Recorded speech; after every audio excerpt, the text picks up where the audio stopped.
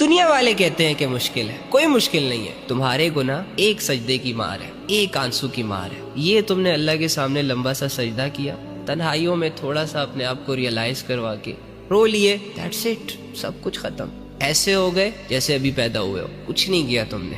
اب اتنی بڑی بڑی اپورچونٹی کو تم کیسے اپنے ہاتھ سے جانے دے سکتے ہو؟ اگر تمہارا رب چھوٹی سی ایفرٹ پہ تم سے راضی ہونے کو تیار ہے تو یار تمہیں کر لینی چاہیے یہ ایفرٹ اللہ کے لیے. تمہیں دیر نہیں کرنی چاہیے نا. کل پرسوں ترسوں پہ تو وہ کام چھوڑے جاتے ہیں جن کا ایک دن میں ہونا پاسبل نہیں ہوتا.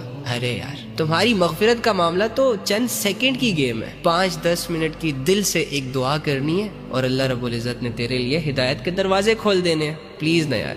یہ گناہوں کی زندگیوں میں کس نے سکون پایا ہے آج تک جو تم پالو گے؟